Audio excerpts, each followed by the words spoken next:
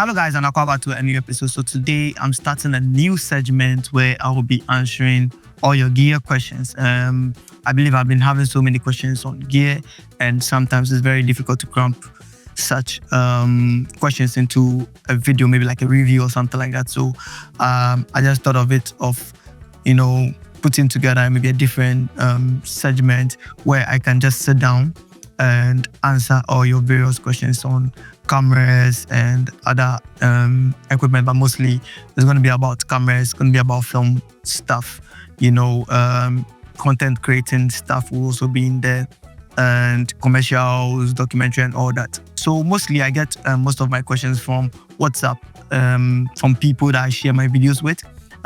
They are the ones who give me these feedback questions, and so I'm going to use this opportunity and this particular segment on this channel to be answering those questions, and I'll try and upload them on Friday. So always on Fridays, I'm going to answer some few questions that you sent me, and I believe that this is going to help. So without wasting much time, let's get into the first one.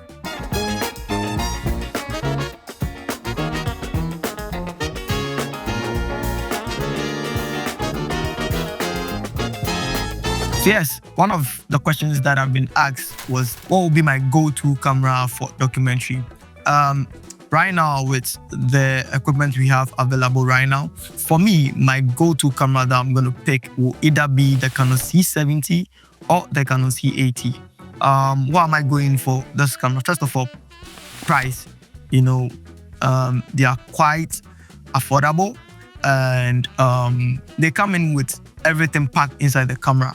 We have built-in XLRs, we have built-in ND filters, they have very good autofocus, they have long-lasting battery. So that would be my go-to camera. They can shoot in RAW, and all that good stuff. So that would be my go-to camera for documentary.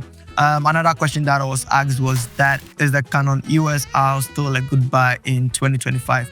Well, it depends. The Canon EOS R, I think, was the second mirrorless camera Canon did. I think the second or the first mirrorless camera that Canon did. And it was like Canon's first step into the game, It was sort of like an experiment, if I should put it that way.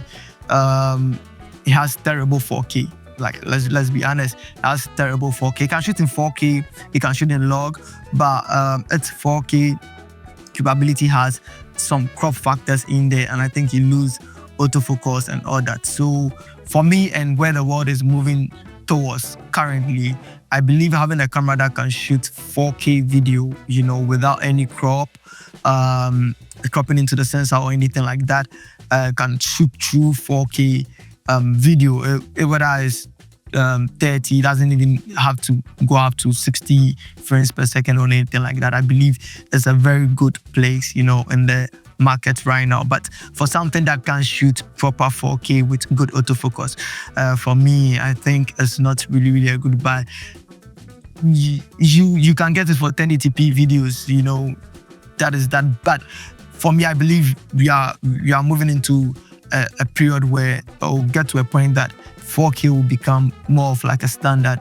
People would try to prefer 4K over 1080p, and when things start moving into that direction, I think you start lacking with that particular camera. So that would be my thoughts on that particular camera. So the next question is, I am a poet and I want to have a camera that I can take around when I'm going on shows, and my budget is 2,000 Ghana cedis. Which camera do you prefer I buy? For that budget, which is 2,000 Ghana cedis, which I think is equivalent to maybe like $180, $190, $200 thereabout. Well, for that price range, I don't think there is a camera there for you.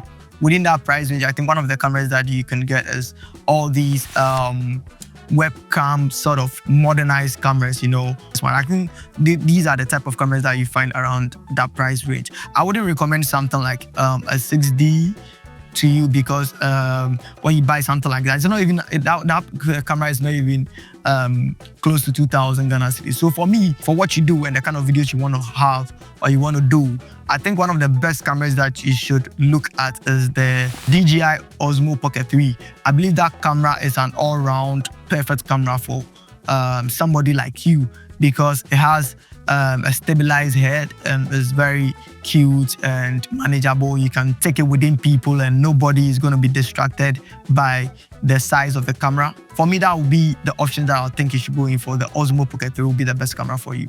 Alright guys, so that will be all for today. Please don't forget to like, share and subscribe, and I'll see you in my next video.